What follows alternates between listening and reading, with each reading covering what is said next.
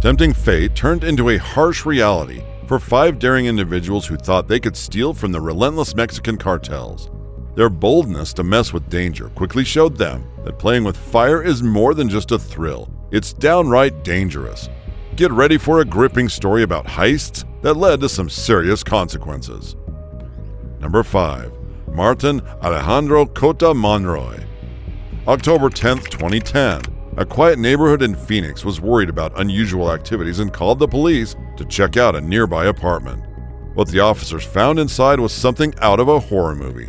They discovered a man named Martin who had been decapitated. His head was completely severed from his body, lying a few feet away.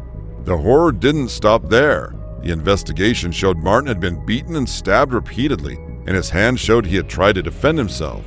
Here's the backstory. Martin had made a huge mistake by stealing 400 pounds of marijuana from the PEI Estelatas cartel, which is connected to the infamous El Chapo drug network. Stealing from them was a dangerous move, and the cartel wanted harsh revenge. They planned to kidnap him and kill him in Nogales, Mexico. But Martin managed to buy himself some time by promising to pay them back, offering a house he didn't even own as collateral. He then ran away to Phoenix, thinking he'd be safe there. Unfortunately, the cartel's reach is far, and their desire for revenge is strong. The cartel sent killers who pretended to be friendly to find Martin in Phoenix, and they were set on exacting their brutal form of justice. The police investigation later revealed that Martin was involved in the drug scene through his sister's boyfriend, who was part of the same cartel. A guy named Crisantos Moroyokoi was charged with the murder, and 3 others believed to be involved fled back to Mexico. The lead detective called the crime nothing short of horrifying. This brutal attack was a stark message from the cartel, not just killing but gruesomely dismembering bodies as a warning to anyone who might cross them. This could be the only case of a cartel-related beheading in the U.S., reflecting the extreme violence that's all too common in the Mexican drug wars, where beheadings are used to intimidate and control. Number 4. Barney Harris. April 8, 2021. Something really shocking went down in Green Level, North Carolina, a quiet town about 30 minutes northwest of Greensboro. In the early hours, the peace was shattered by gunfire that led deputies to a grim discovery on Wyatt Road. They found 2 people dead, caught up in a risky plan that ended terribly. One of the victims was Barney Harris, a well-loved basketball coach and teacher at Union Academy in Monroe. He was admired by students and colleagues alike, but it turns out he had a secret life tangled up in the dangerous world of drug trafficking. The local sheriff pointed out just how risky it is to mess with groups as deadly as the Mexican drug cartels, where things often end fatally. As investigators dug deeper, they uncovered that Harris and his brother-in-law, Stephen Alexander Stewart, had planned a bold attack on a mobile home they believed was a stash house for the Jalisco New Generation Cartel, one of the toughest drug groups out there. Driven by greed, they broke into the trailer and confronted 18-year-old Alonzo Beltran Lara, a member of the cartel. When Lara wouldn't give up the location of the drugs, things turned violent and he was killed execution style, tied up and shot in the head. The situation quickly got out of hand when other cartel members arrived and a fierce gunfight broke out. Harris, even wearing a bulletproof vest, was outgunned. He was found dead in a bedroom, a tragic end to the shootout. Thankfully, no one else was hurt. Stewart was arrested soon after, facing charges of armed robbery and murder. The community and the authorities were left stunned, trying to wrap their heads around how a respected teacher could fall so deep into such a dark path. This whole event is a harsh reminder of the deadly risks involved with tangling with drug cartels. Harris's bold move to rob these dangerous people and then boast about it really makes you think about the extreme things people will do out of desperation or greed. Number 3. Reinaldo Fuentes. Reinaldo Fuentes, a 68-year-old known by the nickname Taliban, found himself on the wrong side of his cartel, facing a chilling punishment. In a horrifying act captured on video and shared online, Fuentes was thrown into the Caribbean Sea alive. His hands were zip-tied, and an anchor was chained to his waist, a brutal payback for his betrayal. The video shows his captors struggling to throw him overboard near Martinique. His body vanished under the waves, marking a stark and eerie end to his deceit. Fuentes had previously pulled off a bold scam. Working for the Venezuelan clan de Cartel, he threw a drug shipment worth $10 million into the sea, claiming he was dodging a Coast Guard chase. In reality, he pocketed the cash, later retrieved the drugs, repackaged them, and smuggled them to another island under a new identity.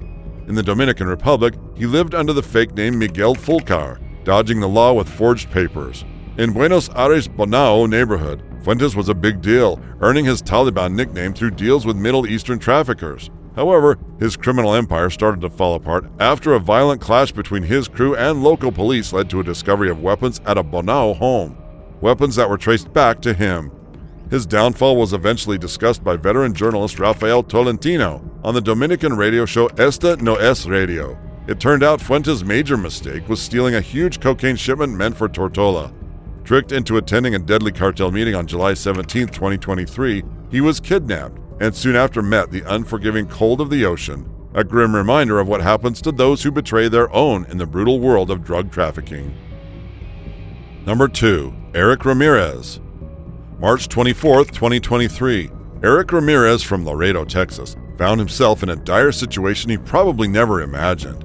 He had boldly claimed to have stolen $50,000 from a notorious Mexican drug cartel, Cartel del Noreste, known for their ruthlessness. The cartel's response was chilling and swift, sending shockwaves through the local community. In the middle of the night, a group of masked men in a menacing blue pickup showed up at Ramirez's house. They stormed into his home, grabbed him before he even fully realized what was happening, and sped off towards the border, heading into Nuevo Laredo, Mexico. That was the last anyone in the U.S. saw of Ramirez. Security cameras captured a tense moment when Ramirez tried to escape from the moving truck, but he couldn't break free from the grip of a masked kidnapper. Bridge authorities later confirmed this struggle, noting Ramirez's unsuccessful efforts to free himself. As the sun rose, the eerie quiet was broken by frantic calls from Ramirez's girlfriend and sister to the police, reporting his kidnapping. Witnesses said that just before he was taken, Ramirez had been on the phone bragging about his theft to an unknown woman, claiming he was safe on U.S. soil, a boast that turned out to be tragically wrong. The plot thickened even more on March 27th when U.S. authorities caught Jonathan Cabriales, a suspected cartel associate, at the same border crossing in the truck used in Ramirez's kidnapping. Under intense questioning, Cabriales admitted to the kidnapping, explaining that Ramirez had allegedly stolen about $50,000 from the cartel. But even with Cabriales in custody, other culprits are still free, and what happened to Ramirez remains a haunting mystery. Sadly, Ramirez's situation isn't an isolated incident. Back on March 5th, another terrifying event unfolded when 4 U.S. citizens were ambushed right after crossing into Matamoros, Tamaulipas. They were driving through the city when their car was suddenly attacked in broad daylight. A shocking video from the scene shows armed men forcing a woman into a white pickup, while her friends were harshly pushed into the vehicle. Later, 2 of the kidnapped Americans were found dead in a remote shed near the city. Thankfully, the other 2 were rescued and made it safely back to the U.S. the same day.